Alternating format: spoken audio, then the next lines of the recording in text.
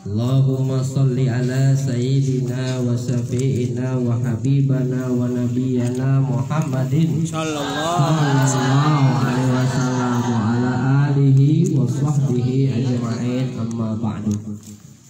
Fa ya ayyuhal hadirun ittaqullaha haqqa tuqatih wa la tamutunna illa wa antum muslimun. Wa qala nabiyyuna Muhammadin sallallahu alaihi wasallam, man arada dunya fa alaihi bil ilmi wa man arada al-akhirah fa alaihi bil ilmi wa man aradahuma fa alaihi bil ilmi. Al-hadis, sadaqallahu al-azim wa sadaqar rasulul nabiyyul karim wa nahnu ala dzalika minasy syahidin wasyakirin walhamdulillahi rabbil alamin. Yang saya hormati serta kami taklimi Ibu Ketua Pengajian Mushola Ar-Rahman, Ibu Bendahara, Ibu Sekretaris dan pengurus Majelis Ar-Rahman, dan para jamaah yang insya Allah dimuliakan Allah Subhanahu wa Ta'ala, Ibu Hajah, Ibu Ustazah. Mohon maaf nama kebesarannya tidak kami sebutkan satu persatu, namun demikian Al-Fakir Usman Ahmad Wardana tidak mengurangi rasa hormat dan takzim kami kepada ibu-ibu semua, berkhusus Sohibul Wilayah, Sohibul Hajat, Ibu Uma. Panggilannya Ibu Uma ya, benar? Ibu Risnawati. Risnawati. Yang Ibu Uma yang mana? Oh iya, soalnya WA-nya Ibu Uma, nama lakopnya ya. Ibu Risnawati atau disebut Ibu Uma. Mudah-mudahan rezekinya semakin barokah dan lancar. Apa yang dihajatkan dikabulkan Allah Subhanahu wa Ta'ala. Amin. Amin ya rabbal alamin. Pertama dan utama, senantiasa kita bersyukur kepada Allah Subhanahu wa Ta'ala. Terus selalu bersyukur. Karena orang yang beruntung, kata Allah Subhanahu wa Ta'ala, ialah wa man nu'ammirhu nunakkisu fil khalqi afala yaqilu. Kita baca Yasin tuh Bu ya. Kalau nggak salah ayat 68 surat Yasin. Banyak yang lupa ketika Allah Subhanahu wa Ta'ala memberikan kelebihan umur. Contoh, Nabi Muhammad sallallahu alaihi wasallam usia di akhir hayatnya kurang lebih 63 tahun. Andaikan usia kita sudah melebihi itu atau mendekati itu, tetapi masih jauh daripada Allah, terlalu cinta dunianya, bahkan takut mati atau takut kehilangan, ini salah satu contoh orang yang tidak bersyukur. Usia sudah mau mendekati 63, terlalu cinta dunia. Cinta dunia emang gak boleh Ustaz? Wajib Bu, cinta dunia wajib, karena hidup di atas dunia. Jangan pulang aja, udahlah males lah, urusan dunia udah mau mati, nggak boleh. Cinta dunia itu wajib, tetapi hanya ada di genggaman. Tapi cinta akhirat jauh lebih wajib, harus dibawa ke hati. Waduh, hari ini pengajian tempat Ibu Uma, sayang kalau nggak datang karena ada akan materi disampaikan. Itu maksud saya Bu. Ada perkara akhirat yang ketika kita tidak mendapatkannya kita rugi. Tapi kalau perkara dunia jangan pernah dibawa sampai ke dalam hati, cukup di genggaman. Andaikan itu hak kita, insya Allah akan kita dapatkan. Tetapi kalau memang bukan hak kita, belum rezeki kita, jangan sampai kita capek-capek menguburnya. Jadi jangan salah tafsir ya Bu ya. Wa man nu'ammirhu nunakisu fil khalqi afal yaqin. Banyak orang yang ketika dipanjangkan umurnya, Allah Subhanahu wa Ta'ala mengubah kembali kejadiannya. Maka kalau kita punya nenek, punya ibu, khusus ibu kandung kita atau mertua kita, terkadang-kadang mohon maaf, yang lupa jadi kadang-kadang ingat, yang lupa jadi ingat Bu. Kadang yang ingat jadi lupa. Sudah sholat lagi. Sudah makan, katanya belum dikasih makan. Allah jadikan kembali seperti sedia kala waktu kecil. Kita waktu kecil luar biasa Bu. Kasih jajan lagi, minta lagi. Ya nak ya? Benar nggak? Anak ayah juga begitu, luar biasa. Jadi Allah jadikan kembali seperti anak kecil. Apakah kita lupa kata Allah? Maka daripada itu, orang yang paling beruntung benar Bu, ketika Allah lebihkan maka semakin takut kepada Allah. Bukan berarti takut mati Bu, kalau mati sudah pasti Bu. Tapi bekal apa yang harus kami bawa untuk menghadap Allah? Makanya setiap saat Bu, alhamdulillah. Rezeki yang paling sempurna ialah rezeki ketika menuntut ilmu. Kadang kita mohon maaf disuruh RT atau lurah, Bu, hari ini dapat beras 10 kilo, antri 3 jam jadi tunggu. Dapat PKH di bank BRI misalnya, sampai jam 5 subuh ngambil antri, udah gak kebayang, ditunggu sampai jam 12 siang untuk urusan dunia. Tapi terkadang kita dipanggil Allah, terkadang pura-pura Bu, udah. Termasuk yang ngomong kadang-kadang, entarlah, masih ada waktu, entarlah. Maka daripada itu wajibnya kita bersyukur. Ketika sudah bersyukur, menggugurkan doa. Dan sebaliknya kata Allah, orang yang rugi di dunia ini ialah orang yang ketika diberikan kelebihan umur tapi semakin jauh daripada Allah. Maka daripada itu mudah-mudahan golongan yang kita di sini termasuk golongan yang bersyukur. Amin. Ya Rabbal Alamin. Selawat wassalam semoga limpah curahkan kepada junjungan alam Kanjeng Nabi besar Muhammad sallallahu alaihi wasallam. Mudah-mudahan dengan sebabul wasilah kita selalu bersalawat menjalankan sunnah-sunnahnya. Insyaallah nanti kita di yaumil akhir akan mendapatkan syafaat. Amin. Ya Rabbal. Ada kunci 3 sukses Bu. Saya kenapa kalau menyampaikan yang mudah-mudah Bu? Agar pulang udah diingat. Dikit-dikit aja ya. Dikit tapi manfaat. Timbang kebanyakan ngantuk, capek kan? Gak ngerti ya, pesan guru ada bilangan 3, 5, 2 itu ada bilangan. Pada pulang rumah enak kita nyampe kepada cucu kita, anak kita. Kalau mau kita semuanya diberkahi sama Allah Bu, maka 3 langkah yang harus kita lakukan. Pertama, ini sangat penting. Syarat wajib untuk bahagia dunia dan akhirat. Kalau dunia saja mungkin mohon maaf Bu, orang-orang kafir yang tidak memeluk Islam sungguh Allah kasih kebahagiaan dunia. Karena tidak dikasih, mohon maaf, ada hukumnya. Ketika dia sudah memeluk Islam, maka ada aturan Maka yang pertama yang harus kita lakukan agar dunia kita dapat, akhirat kita jauh lebih dapat, maka muliakan kedua orang tuamu. Dengan cara apa Ustaz? Dengan cara kemampuan masing-masing. Kalau bapak dan ibu bisa membahagiakannya setiap hari, bahagiakan. Tapi kalau tak bisa setiap hari karena faktor ekonomi kita, maka minimal bahagiakan orang tua kita yang masih hidup. Setiap hari Jumat belikan makanan kesukaannya. Contoh, ibu kita ini suka makan sate. Contoh nih Bu ya, ini yang contoh ringan-ringan saja. Kalau beli setiap hari kayaknya nggak mampu Ustaz. Ibu sisihkan uang dari hari Senin sampai hari Jumat. Harga sate sekarang 20.000. Kok tahu Ustaz langganan Bu? Udah naik sate ayam 1 potongnya 2.000, 10 tusuk 20.000. Jangan nanya, karena kan ibu tahu kesukaan ibu kita. Kalau orang tua ditanya pasti jawabnya nggak mau. Mau makan apa Bu? Padahal kan gelem. Makanya ibu yang tahu orang tua ibu, ibu yang tahu mertua ibu. Apalagi ibu-ibu kan biasa dekat dengan mertua. Mertua juga orang tua ibu. Jangan dibeda-bedakan. Syarat mutlak mau bahagia dunia dan akhirat, muliakan orang tuamu dengan caranya masing-masing.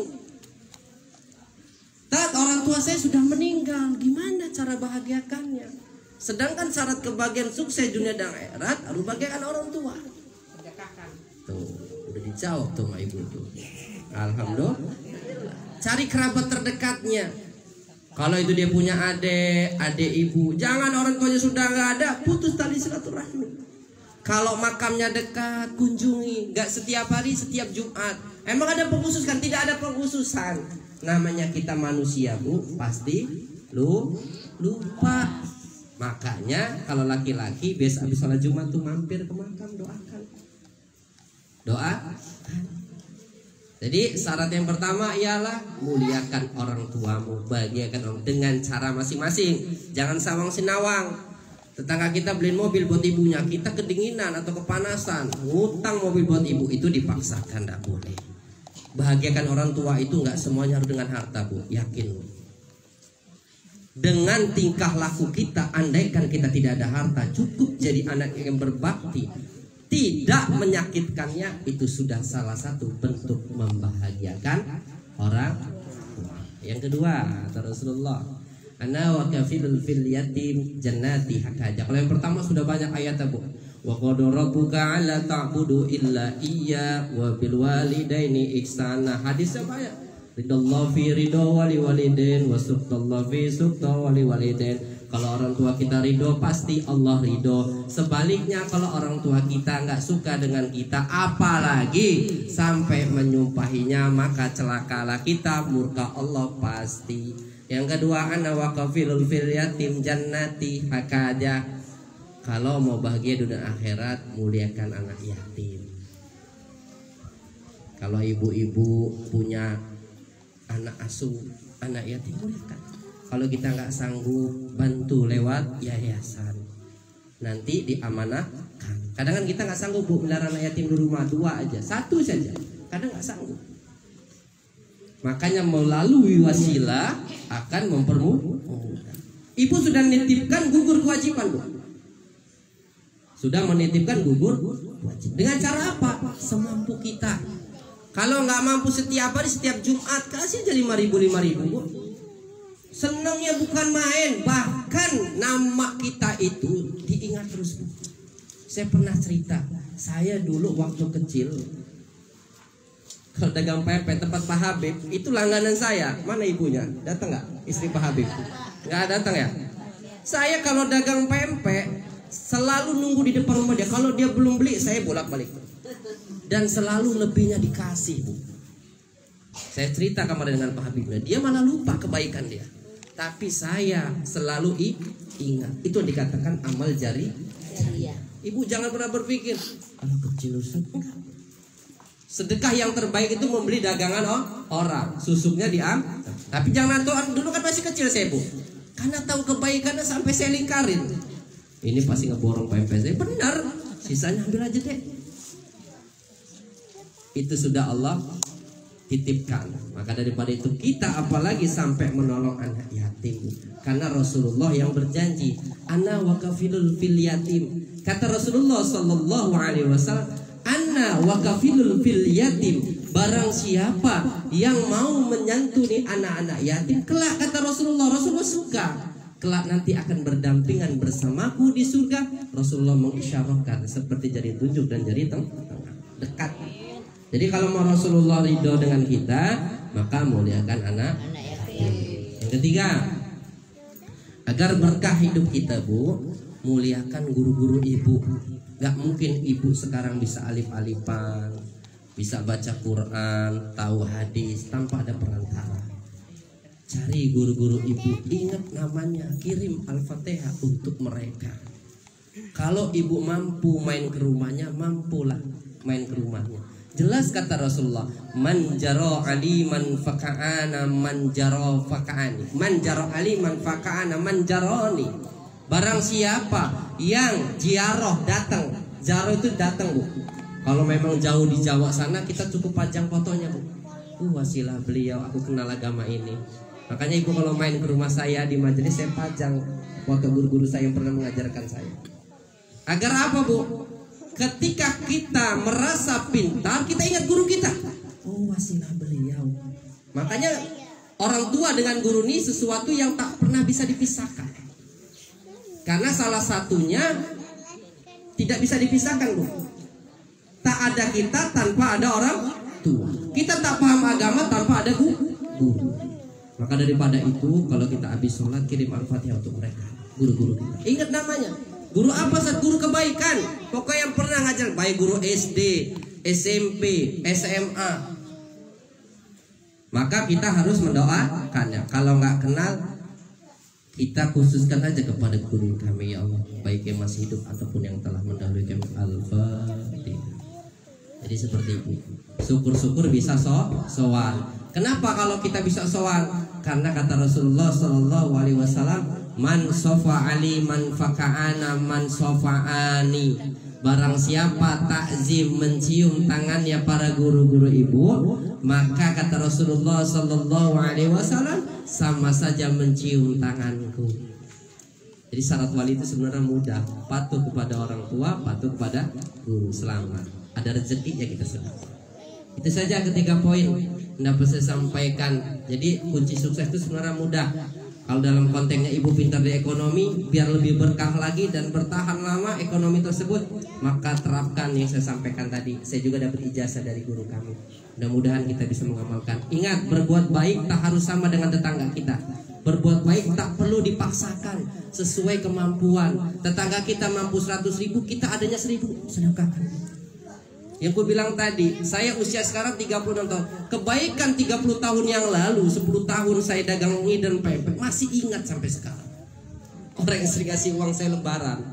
Tahu anak-anak kan Bu, kalau sudah lebaran kan keliling, ngitung THR. Tahu rumah yang ngasih duit, sama yang ngasih duit sampai tahu Bu. Padahal gak ada kewajiban orang itu ngasih, tapi tahu rumah yang ngasih lebaran. Maka kalau ibu nggak mampu ngasih 5.000, beli aja 2.000-an baru, tukerin di bank, 2.000-an baru atau 1.000-an. Yang penting ada dikasih, dia orang nggak butuh kue Bu. Ini mah saya, karena kenyataan dan itu diri saya. Dapat berapa lu? Gue dikasih ibu itu, gue kasih bapak itu. Nah itulah, itu dikatakan amal jari. Wallahu a'lam bishawab. Ada baiknya dari Allah, ada salah yang boleh hilapan saya.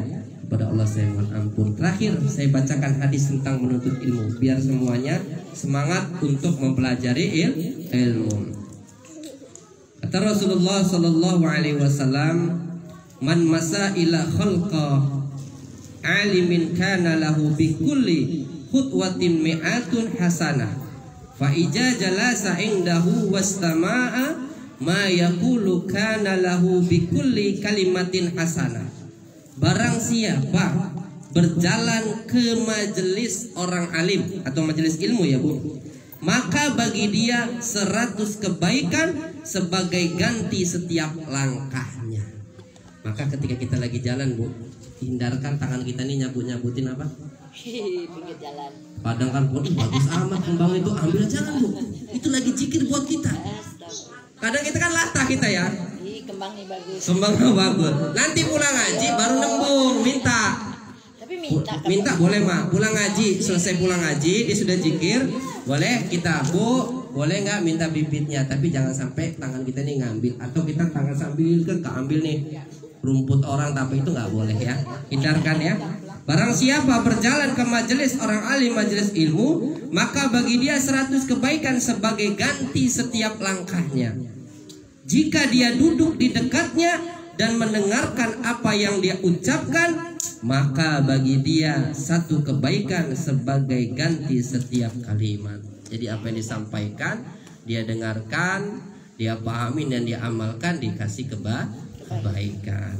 Hadis riwayat Nawawi dalam Riyadhus Shalihin, kitab Riyadhus Shalihin, karya Imam Ghazali. Wallahu a'lam bishawab. Saya suka kan jam 3. Silakan buat ibu-ibu yang mau bertanya jawab. Insyaallah waktunya masih panjang. Terima kasih. Sebelum saya tutup, falyatafadhal kalau ada yang mau bertanya. Ibu-ibu sambil dipersilakan Ibu. Ya. Ibu MC-nya dipersilakan. Kalau nggak disuruh-suruh nggak habis. Ibu sekalian dimakan, diminum. Silakan Bu. Yang menyimak. Ustaz, Ya. izin Ustaz. Tadi kan kata Ustaz kan kita setiap hari Jumat kita harus memberi kepada orang tua ya. Tapi kalau saya kadang hampir insya Allah ya tiap hari. Cuma aku bingung kalau aku kasih ke orang tua aku pasti dikasih nanti sama anak-anak. Ya. Sama cucunya gitu loh. Jadi akunya kayaknya ngerasa ih mama ini apa dikasih aku kok bukannya sendiri malah dibagi lagi sama adik-adikku gitu. Jadi gimana pandangannya? Aku senang tak cuma kataku mama kenapa sih kok nggak mau makan punya aku mau loh, cuman aku nggak tegel karena adikmu juga kan pengen ya. gitu. Itulah hebatnya orang tua. Orang tua 1 bisa ngelon anaknya 10, tapi anak 10 belum tentu. Orang tua dikasih, disimpan Bu. Kadang makanan itu tunggu cucung 1 datang. Jadi tugas kita hanya memberikan. Kita nggak boleh ngatur ritme uang yang dikeluarkan orang tua kita. Kadang orang tua tuh pengen sesuatu nanti dia lebih beli yang lebih butuh. Pengen kita kan udah simak kemarin dikasih, kalau mau belilah, malah dikasih ke adik kita. Nggak apa-apa bu, tugas kita sudah selesai, membahagiakan. Jangan sampai diatur lagi, jadi tertekan nanti. Kan sampai nulis ngasih, kok masih diatur, mana kan gitu bahasanya. Jadi kalau kita sudah memberikan, udah hak orang tuh tua, kewajiban kita sudah tutup. Ya, bunda ya.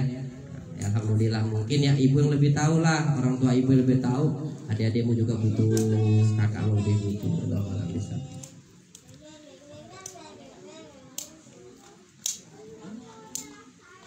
Tanya lagi di luar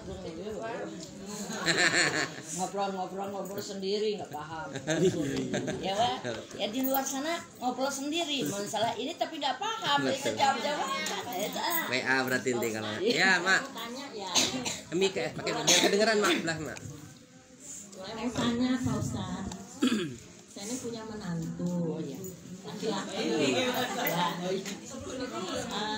Biasalah anak saya yang perempuan, menantu yang laki. Namanya dalam rumah tangga ada aja ya, selisih paham. Betul. Atau apa yang terjadi. Kemudian kita ini tadinya nggak mau tahu, ikut campur. Nggak mau kepo lah ya bu ya. Ya nggak mau kepo gitu, biarin aja urusannya. Tapi setelah kita ini sering kali dipanggil, dikumpulin, anak saya yang lain semua dikumpulin, selalu ributnya itu mau cerai. Sudah sekian kali banyaknya. Jadi kami orang ini, anak saya yang lain sama saya, ya sudah kalau nggak bisa diperbaiki lagi, seolah-olah ngizinin gitu Pak Ustaz. Gitu. Kemudian saya ini ngomong, kalau memang cerai, ya kata saya, salah satu harus ada yang keluar dari dalam rumah tangga ini, atau anak saya atau menantu saya gitu. Dia jawab, saya aja yang keluar, kata menantu saya yang laki. Ya sudah baik. Kemudian udah beres lah pokoknya waktu itu ya. Udah cerai sekarang bu? Nggak ribut-ribut, enggak. Belum. Sudah gitu Pak Ustadz. Nah, setelah selesai itu, saya ini didiemin, itu dimusuhin lah keluarga itu. Keluarga menantu? Ya, tapi saya ini nggak merasa dimusuhin karena waktu cerai itu nggak dianggap apa-apa gitu. Kami orang ini datang ke sana, kami orang diusir, Pak Ustadz. Saya haramkan rumah ini diinjak sama keluarga Anak. ya, anak saya itu maksudnya keluarga saya. Sampai anak saya yang laki itu didorong-dorong. Jadi yang laki dua anak saya. Jadi anak laki saya yang satu itu emosi kan. Di situ terjadi mau ribut. Sudah kita pulang aja. Berarti dia ini kan udah nggak ngaku kita.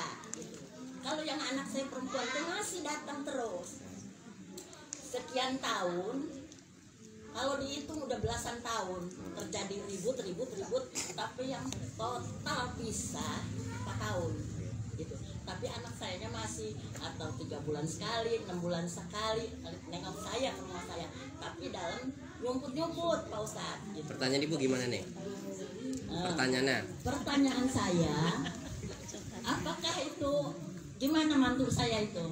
Statusnya? Ya, saya ini harus bagaimana gitu.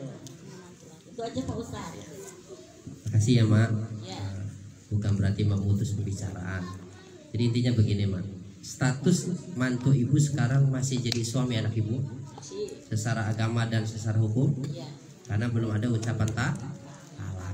Ya, baik. Yang pertama, kita sebagai mertua, ini kan anak ibu kan yang perempuan nih. Ini kan dalam konteksnya masalah dengan besan. Kalau kata orang Lampung Sabah ya Maya. Nah, jadi buat besan. Jadi yang harus kita lakukan, jangan pernah menerima pemutusan tali silaturahmi. Benar kata ibu tadi di awal, saya mah biasa, nggak seolah-olah nggak dimusuhi. Kita doakan kebaikan untuk menantu kita karena dia juga anak suami dari anak. Poin yang kedua, dalam konteks berkeluarga, orang tua itu tak boleh masuk ranah apapun ke dalam anak kita. tak boleh masuk ranah apapun, apalagi sampai urusan ekonomi. Tetapi boleh kita masuk ke dalam ranah agama. Contoh, anak kita sebelum nikah dengan orang lain rajin ibadah, rajin ngaji, rajin sholat. Setelah nikah kok mundur, sama sekali nggak sholat. Lantas toh kita sebagai orang tua, kalau urusan dunia jangan sampai Maya dikasih berapa apa aja kita nggak perlu ikut campur. Tapi kalau dalam konteks urusan akhirat kita wajib menanyakan, kenapa nak nggak sholat nak? Masa halangan setiap saat halangan. Misalnya kita perempuan atau anak kita laki-laki, ada masalah apa? Itu boleh kita tanyakan. Tetapi dalam urusan dunia kita tak boleh menanyakan. Itu pentingnya. Dalam konteks urusan agama wajib orang tua sampai kapanpun mengingatkan dalam konteks urusan agama, walaupun sudah tanggung jawab di pundak suami. Yang kedua, boleh juga kalau suami sudah main KDRT, Bu. Karena masuknya ranah hukum secara hukum negara. Agama pun tidak membolehkan sampai KDRT, sampai main tangan. Itu tidak membolehkan. Semakin ditahan itu akan menjadi zalim. Memang perceraian sesuatu yang halal tapi sangat dibenci oleh Allah. Jadi kuncinya dua itu aja, Mak. Jangan menerima pemutusan tali silaturahmi. Yang kedua, doakan kebaikan untuk mereka, yaitu besan kita. Jadi tugas kita sekarang yakinkan selawati untuk mereka, karena mereka udah punya anak berapa cucu, Mak? Alhamdulillah, apalagi udah punya anak. Iya. Berhubung saya cucu saya itu menikah, berjodoh. Iya. Orang semua sudah dikasih tahu. Iya. Saya nggak dikasih tahu. Gitu, Pak. Jadi unek-unek saya ini. Iya, Pak.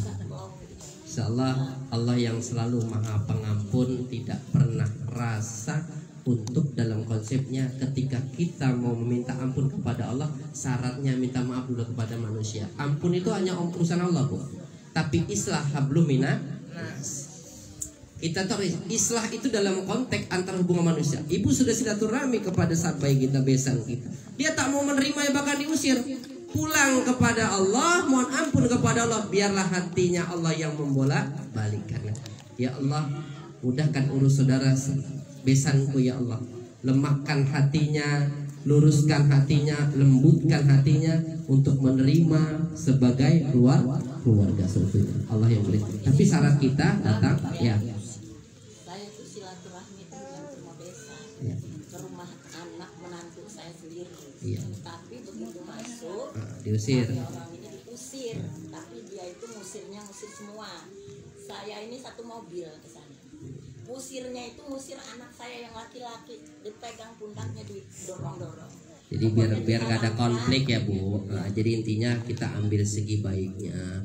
Mungkin terlalu kelamaan takutnya malah ada konflik. Makanya kita harus husnuzon. Biar gimana pun di situ ada anak ibu yang perempuan. Ini kan dalam kesenjangannya kita berbicara dengan menantu. Maka daripada itu sifat kita sebagai seorang ibu yang mulia mendoakannya. Kalau kita alhamdulillah, insyaallah. Sebutkan namanya kalau bisa, Bu. Al-Fatihain terus. Ya muqallibal qulub sabbi qalbi ala dinik. Ucapin anak saya itu jelek, doa yang jelek selalu saya doain yang baik untuk dia. Cuman kadang orang tua kan hatinya kadang belum terima ya, Mbak ya. Sampai diusir gitu kan. Mudah-mudahan Allah mudahkan segala urusan Bunda ya. Amin ya rabbal alamin. Jelas ya Bunda ya.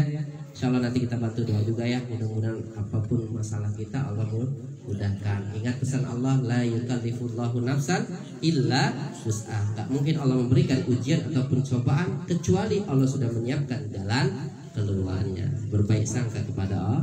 Allahu a'lam. Oma. Terakhir Oma. Tanya dulu yang lain. Ngepur Oma, ngepur. Dari aja saya yang tanya. Nah, sudah. Iya, mik. Saya sudah pernah bertanya. Oke.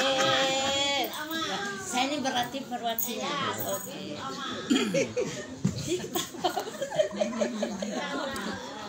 Awet muda Mama ya. Assalamualaikum warahmatullahi wabarakatuh. Apa kabar ibu-ibu semuanya? Ibu-ibu yang di luar. Bisa badalin ceramah ini. Sehat-sehat Pak, alhamdulillah. Pak Ustadz sehat? Alhamdulillah sehat. Sehat ya Pak Ustadz ya. Ini saya akan bertanya mewakilkan semuanya seperti ini hasil perbincangan ngobrol kami di dalam majelis gitu ya Pak Ustadz. Ada yang bertanya, mungkin termasuk saya juga nggak jelas, nggak paham ya. Ini nggak jauh pertanyaan, masih berputar tentang itu saja, yaitu mengenai sholat Pak Ustadz. Jelaskan Pak Ibu ya. Dengarkan ibu-ibu yang depan mana Ibu Wulan, ada nggak? Ada ya. Kemarin itu masalah mengenai sholat witir Pak Ustadz. Sholat witir itu kan ada dua macam ya pendapat saya. Yang pertama 2 rakaat salam ya, berarti 2 ayat ya Pak Ustadz. Yang kekeliruan ini bukan keliru, apa enggak pas, belum paham cara pelaksanaannya. Yang 1 rakaat sekali berdiri, mengenai ayatnya atau suratnya 3 ya Pak Ustadz. Nah, cara pelaksanaannya membaca ayat itu 3 itu bagaimana? Makasih. Ini seputar fikih. Baik, dengarkan ya Bu ya. Ini penting, kalau nanti nggak dengar takutan disalah. Baik, sholat witir itu harus diketahui sholat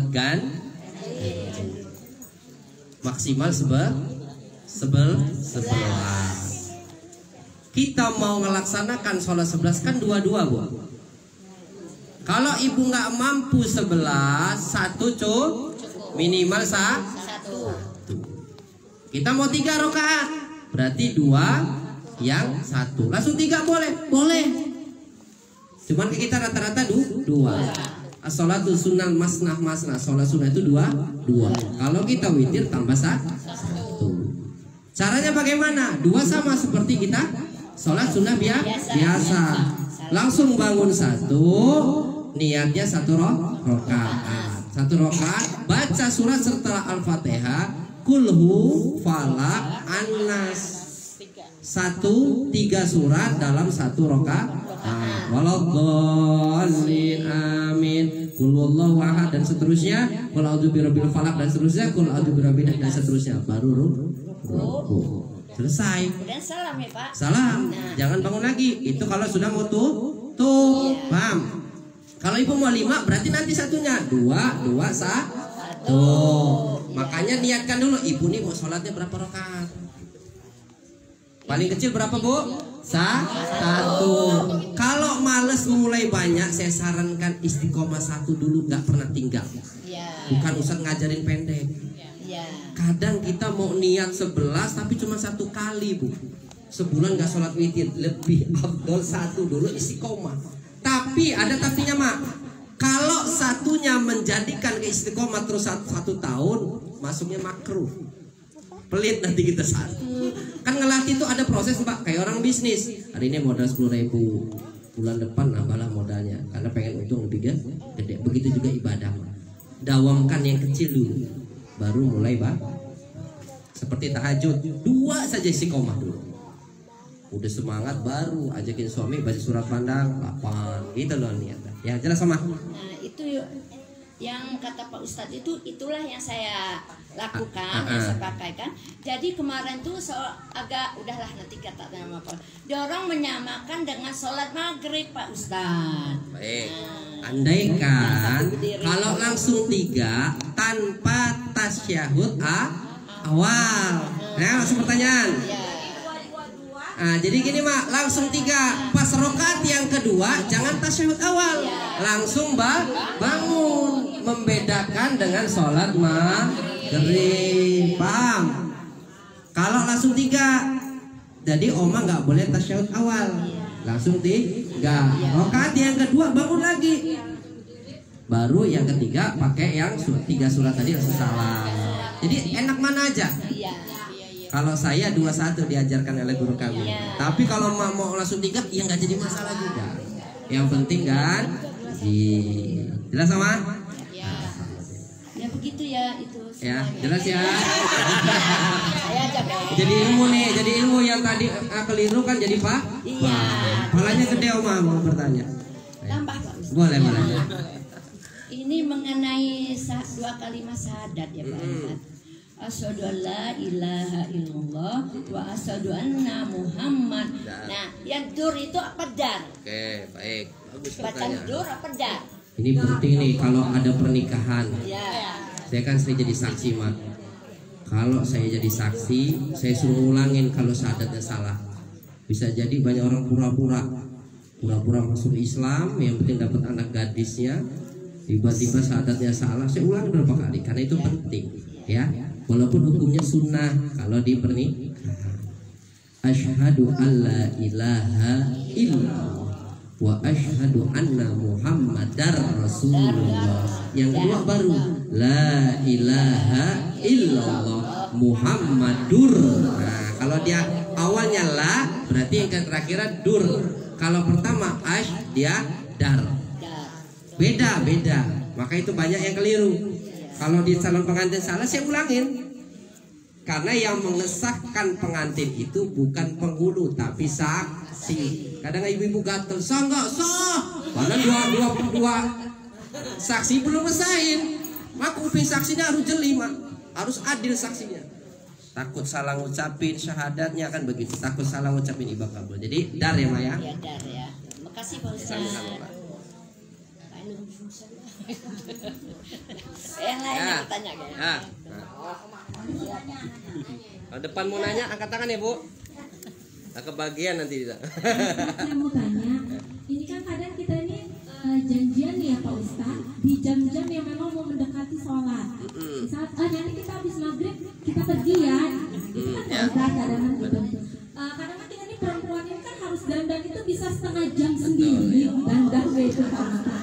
Boleh nggak Pak Ustaz kalau misalnya saya ambil air wudhu dulu, terus saya dandan baru sholat, itu gimana Pak Ustaz? Sah nggak Pak Ustaz? Kadang saya seperti itu soalnya Pak Ustaz. Mantap. Baik. Ini mewakili semua perempuan ya, Bu ya? Iya. Iya, termasuk istri saya juga begitu kalau dandan paling lama. Kalau laki enak tinggal pakai sarung, berangkat. Baik. Jadi kalau kita mau menghemat waktu, ingat Bu, makeup itu tidak membatalkan wudhu. Yang membatalkan wudhu itu kan tentu kalau ibu bersentuhan dengan suami. Maksudnya ibu biar nggak ulang-ulang wudhunya nih. Misal udah janjian, nanti kalau sudah makeup wudhu lagi luntur lagi kita kan. Maka ibu wudhu dulu baru makeup tidak jadi masalah. Yang penting makeup ibu kan tahu tidak terbuat dari bahan-bahan yang diharamkan. Maka wudhu terlebih dahulu tidak apa, baru biar lebih cepat dan efisien. Jelas ya, Maya?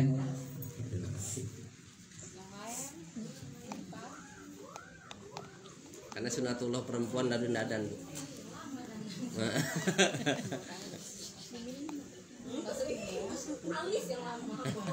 Soalnya kalau udah dandan kena air kan berantakan makeupnya. Maka sebenarnya cerdas mbaknya. Wudhu dulu baru dandan.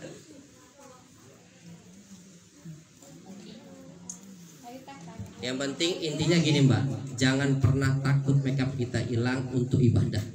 Sering pengantin Mbak, kenapa gak sholat? Nantilah makeupnya takut hilang, itu ribut.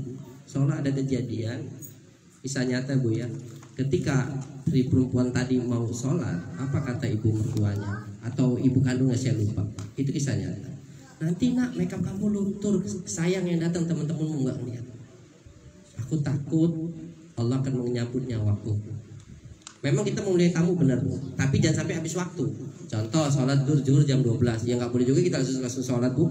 Kasihan tamu. Ada waktu boleh mengakhirkan sholat dalam konteks urusan ibadah nikah itu kan ibadah Bu. Jojo mau lihat kita kan, ibu sholat nanti jam 2 boleh. Yang penting kita sudah ketika dengar azan tuh ingat Allah dulu. Jadi jangan takut make up. Ini kejadian saya Bu. Saya waktu itu mau sholat, kata tukang riasah, nanti aja Pak sholatnya, make upnya luntur. Dia tukang rias pengantinnya. Saya nggak menjelekkan rias pengantin Bu. Dia nggak mau moles lagi karena takut tidak berkualitas. Air wudhu itu menjadikan kita suci. Intinya jangan sampai gara-gara nikah kita jauh daripada Allah. Nunda boleh Bu, ya nggak boleh ngabisin waktu karena nggak boleh dijama kalau seorang nikahan. Kita bukan musafir. Waktunya sholat ya sholat secara bergantian. Misalnya sholat zuhur saya jam 2 aja nggak apa-apa, yang penting masih ada waktu. Ya jangan sampai makeup kita takut dengan air wudhu. Malah yang paling murah itu makeup dengan air wudhu natural. Kalau mau tidur makeup air wudhu aja. Ya, makeup air wudhu. Yang depan mau tanya, Bu? Mau tanya? Boleh, Pak? Yang mau tanya? Aku bagian tiket nanti, Bu. Semua.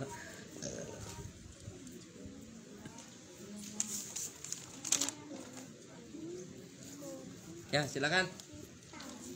Mati. Udah itu. Mau nanya terkait syukur di awal tadi, Ustaz. Jadi begini, mensyukuri ilmu, bukan ilmu, umur. Nah, sempat terlintas ya berpikir begini, Pak. Anak-anak saya kan masih kecil. Salahkah pemikiran saya jika bukan takut mati sih? Sempat berpikir minta sebenarnya gini, minta dipanjangkan umur sampai anak-anak saya itu siap untuk saya tinggalkan, gitu, Ustaz. Karena saya berpikir kalau anak saya masih kecil terus saya ini dipanggil sama Allah, bukan takut sih, Tan, sebenarnya. Saya ada khawatiran begini, Tan. Mereka belum ini ilmunya, takut mereka tersesat gitu, Ustaz. Dan bisa dalam konteks agama gitu kan, mereka belum siap gitu. Kalau boleh ya Allah gitu, panjangkan umur saya gitu sampai anak saya siap gitu saya tinggalkan, dan mereka udah cukup masalah ilmu gitu kan, maksudnya gitu, bukan masalah mati. Bukan ya, cuma kesiapan untuk ditinggalkan dalam ilmu agama gitu kan. Salahkah saya bila saya minta dipanjangkan umur saya sampai anak saya untuk siap gitu ditinggalkan? Kalau memang salah, mohon pencerahannya. Terima kasih. Baik, ini saya kiaskan dulu. Ibu jangan sampai salah berdoa ya, Bu. Misal anak kita sakit, saya kiaskan dulu, Mbak ya. Anak kita sakit nggak sembuh-sembuh. Ya Allah, sakit anak saya, buat saya aja ya Allah. Sering nggak doa kayak gitu? Jadi kita nggak tega ngeliat anak kita sakit, timpakan sakit ke anak saya ini untuk saya semuanya. Jadi kita mencintai keluarga itu wajib, Bu. Tapi jangan pernah melebihi cinta kita kepada Allah dan Rasulnya. Kita mendidik agama kepada anak wajib hukumnya. Tapi jangan sangka karena kita dia bisa agama. Bisikin ke anak, Mbak. Ma ta'buduna mim ba'di. Nah, Bunda, Umi, Abi gak bisa ngasih pencerahan kepadamu tentang agama. Umi, Abi gak pintar. Umi, Abi bukan ngasih kamu rezeki, nak. Bukan kamu kasih kamu makan. Semuanya karena Allah. Abi dan Umi takut kalau Umi, Abi mati, Tuhan siapa yang akan kalian sembah? Jadi gitu, Mbak, caranya. Jadi bukan karena kita. Nah, kalau ayah dan ibu mati, kalian mau nyembah siapa? Jangan-jangan harta, nak. Jangan-jangan pendidikanmu jadi Tuhan. Jangan-jangan jabatanmu jadi Tuhan. Kalau nggak kerja mati. Kalau nggak belajar kita nggak jadi apa-apa. Maka yang harus kita berdoa, ya Allah, panjangkan umur saya dalam ketaatan kepadamu ya Rabb. Ya Rabb, saya nggak bisa jaga anak saya. Saya titipkan anak-anak saya kepada Engkau ya Rabb. Jadi doanya begitu, Pak. Jadi kita tidak ada ketakutan yang sungguh sangat luar biasa yang membebani diri kita. Yang terpenting kita sudah berusaha menjadi ibu dan ayah yang terbaik untuk anak-anak kita. Misal Mbak tentukan setiap hari pada maghrib harus ngaji. Ngaji kita tegas. Karena nak, kalau bukan ayah dan ibumu yang mengajarkan nanti, aku takut nak tidak ada yang memberikan pemanah.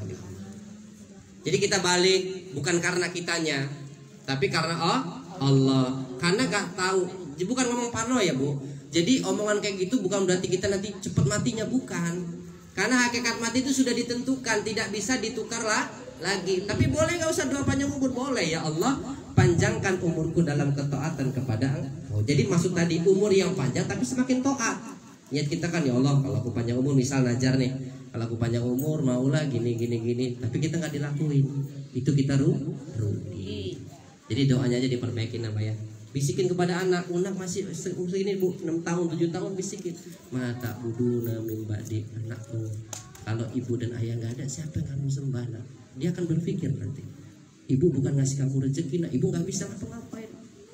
Jadi dia sugestinya tetap Allah, bukan karena kalau ibu nggak ada nanti nggak ada jajan lagi, ayah nggak ada. Nah, sugesti itu pelan-pelan mak kita kikis mak, bukan karena. Jadi kalau dia minta duit, minta dulu sama Allah, bukan ngebohongin, karena yang punya rezeki Allah. Memang agak berat bu, tapi kalau nggak dicoba nggak berani kita. Sering-sering gitu. Wallahu a'lam. Jelas ya pak? Jadi boleh doa panjang tapi untuk ketok. Ya Allah saya pengen punya mobil ya Allah untuk dakwah. Ada orang numpang saya mau nolongin Allah. Gak apa-apa. Minta kaya boleh nggak? Boleh bu. Jadi jangan sampai kita mental miskin, mental kaya. Minta semuanya sama Allah. Kan bukan minta sama manusia. Masih ada waktu bu.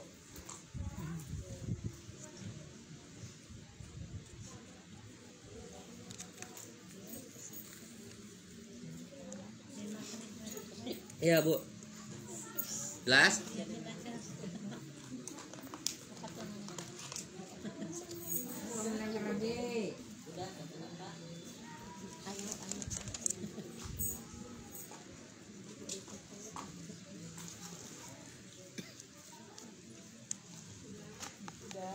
Sudah? Cukup? Mungkin 2 atau 1 lagi pertanyaan? Masih ada waktu soalnya. Mungkin ada pengumuman yang lain ya, Ibu. Ya.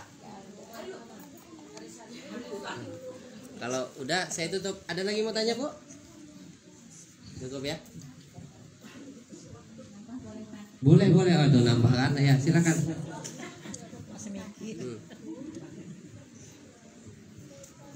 Jadi gini kan beberapa pertemuan yang lalu kan Ustaz pernah menjelaskan bahwa menasehati suami itu nggak boleh. Nah di sini saya pernah mendengar dari teman saya kalau kita tidak menjelaskan suami itu kita kan pengen bersama-sama masuk surga tuh kan. Sedangkan kalau kita mengingatkan suami itu ridho gitu kan dan menerima itu gimana kan? Boleh nggak kayak gitu? Jangan pernah niat untuk menasehati suami. Ya ingat ya bu, garis bawahi dulu. Jadi perkataan nasihat itu bukan saklek. Berarti kita ini terjolimi perempuan yang nggak bisa ngomong nanti. Ya, kita pernah jawaban dulu. Jangan gini. Kita pulang ngaji tahu tentang beberapa hukum yang pada konteksnya di rumah saya suami saya tidak sesuai dengan apa yang Ustaz sampaikan. Yang seharusnya suami ngajak kita sholat, ngasih rukun tentang wudhu itu begini, sholat itu begini. Pas kita pulang ekspektasinya suami saya 0%. Budi ama sejadi istri ini kan pengen ini. Akhirnya kita terbengkalai dengan itu bu. Nah jangan sampai Pak sini Pak diajarin nasihat enggak ayah. Jadi lebih baik ini Pak nanya ya wudhu yang baik itu gimana sih ya.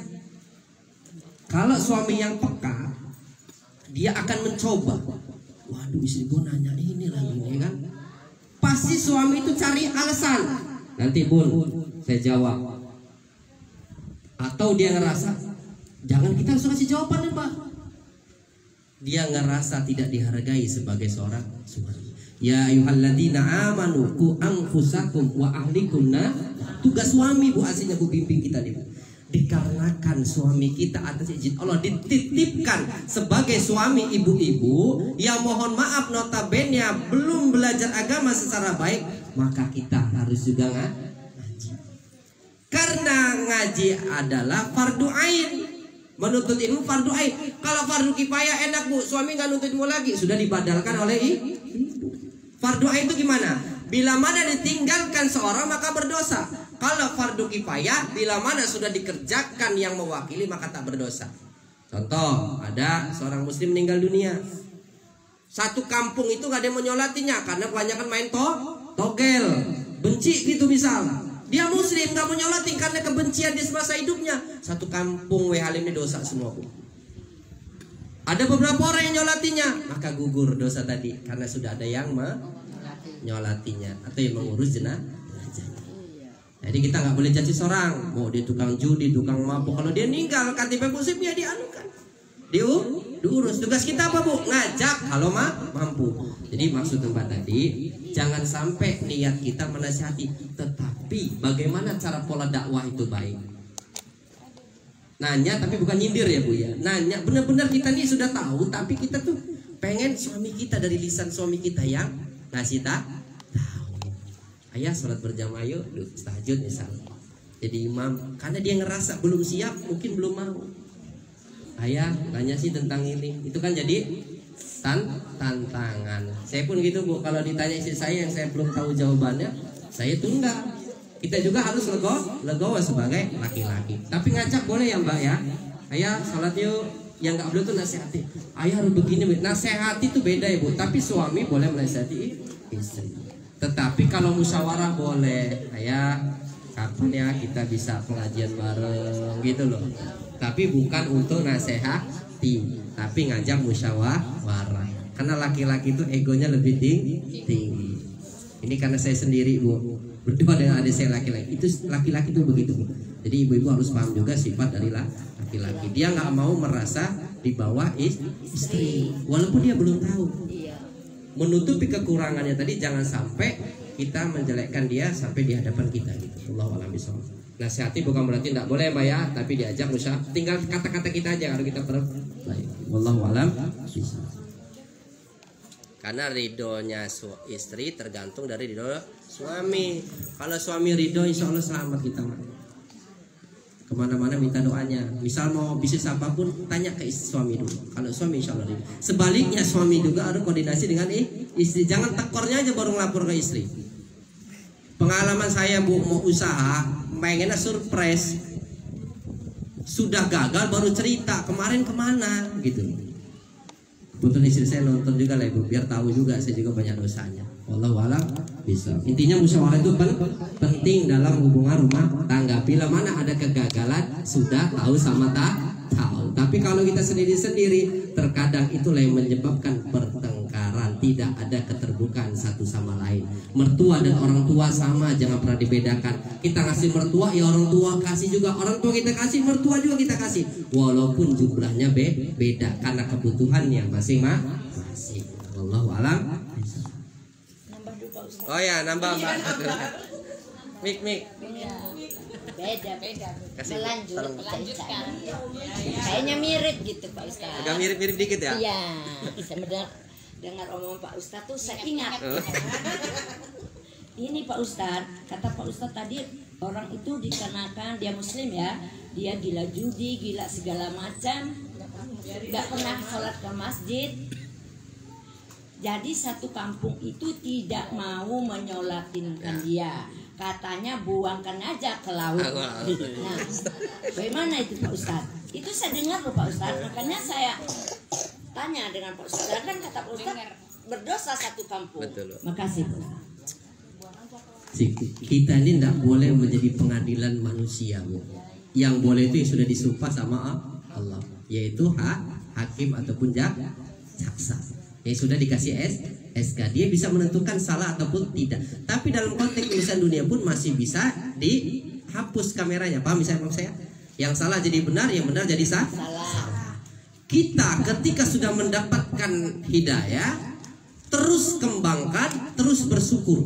Tapi ingat, jangan pernah merasa anna khairu minha, aku lebih baik daripada dia. Ada saudara kita yang menurut pandangan kasat mata johir kita, sholat nggak pernah, sedekah nggak pernah, mati nih. Kita sampai bicara, udah buang aja ke laut. Na'udzubillah summa na'udzubillah min. Karena kita tidak boleh jadi pengadilan. Kita tak tahu perbuatan baik dia semasa hidupnya. Kan singkat cerita, ada kerajaan di Salman Ar-Rasyid tuh nggak salah Bu, nyamar jadi warga biasa. Dalam mimpinya Bu, dia melihat ada seorang wali Allah yang disolatkan oleh berapa ribu malaikat. Singkat cerita dia nyamar lah jadi warga biasa. Ada satu warga yang meninggal namun disolatkan, karena warga melihatnya setiap keluar, mohon maaf dia bawa minuman keras, keluar mohon maaf bawa pelacur ke rumahnya Bu. Orang ada kasat mata, nggak benar nih orang ini Pasti kata istrinya, wahai suamiku, kalau kamu setiap hari begitu, nanti kamu mati nggak ada yang mengurus jenazahmu. Biarin pandangan orang, kadang lihat kasar. Tinggal cerita meninggal bu suaminya bu. Jadi benar satu orang pun tidak ada yang menyolatkan. Kata suami sebelum meninggal, nanti Raja Rashid tadi akan menyolatkan. Dia nggak mungkin. Singkat cerita benar bu, dia meninggal satu warga pun yang nyolot. Dia datang, akhirnya siapa ini kok dalam mimpiku sama.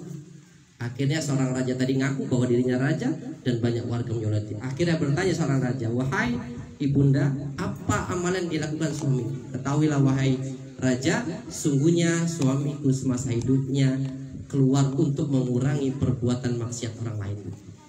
Pelacur tadi yang dibawa ke rumahnya dikasih duit, suruh pulang. Nangis kan bu, taubat nggak dipakai, tapi dikasih duit. Kurang lagi. Dia beli minuman keras mengurangi orang yang maksiat, sampai rumah dibuang. Pandangan orang apa bu? Dia zina, dia pakai. Kalau kita kiaskan pada hidup syarat ini, jangankan itu yang terang-terangan, yang nggak terang-terangan aja pasti dihina. Ibadah kita hanya untuk Allah, bukan karena makhluk. Dia kan manusia bu, harus kita KTP-nya kita nggak tahu kebaikannya. Mungkin dia lagi hilang, wallahu a'lam. Bisa. Jadi jangan pernah merendahkan orang lain ketika kita sedang mendapatkan hidayah Allah Subhanahu wa taala. Bisa jadi amalan yang diterima, amalan kita yang ditolak. Jadi tidak boleh sampai mengeluarkan kata-kata buang saja ke laut. Kecuali dia memerangi Islam secara terang-terangan. Kayak di Palestina, Israel kan terang-terangan merangi. Boleh kita doakan bukan boleh. Itu memang sudah jihad dibuka sesungguhnya. Jadi kalau mau jihad sesungguhnya kita pergi ke Palestina. Jadi jangan sampai ada keluarga kita yang saat ini belum dapat hidayah, laju kita justice. Kalau engkau mampu ajaklah. Mampu dengan ucapanmu, dengan tanganmu, ajak. Kekuasaan. Kita mampu nih, dia takut dengan kita ajak. Kalau kita buat. Yang kedua tak mampu dengan lisanmu. Ucapkan dengan lisanmu. Tak mampu juga selemah-lemahnya iman mendoakan kebaikan untuknya, bukan menjustis. Oke? Wallahu a'lam bishawab. Jelas semua ya? Jadi jangan pernah menganggap orang lain lebih buruk daripada kita. Wallahu a'lam bishawab. Saya rasa cukup. Ada baikan dari Allah Subhanahu wa taala. Ada salahnya kebodohan dan hilapan saya, kepada Allah saya mohon ampun. Kepada ibu-ibu semua saya mohon maaf yang sebesar-besarnya. Al-Fakir, mohon maaf lahir dan batin. Saya akhiri wabillahi taufiq wal hidayah. Wassalamualaikum warahmatullahi wabarakatuh.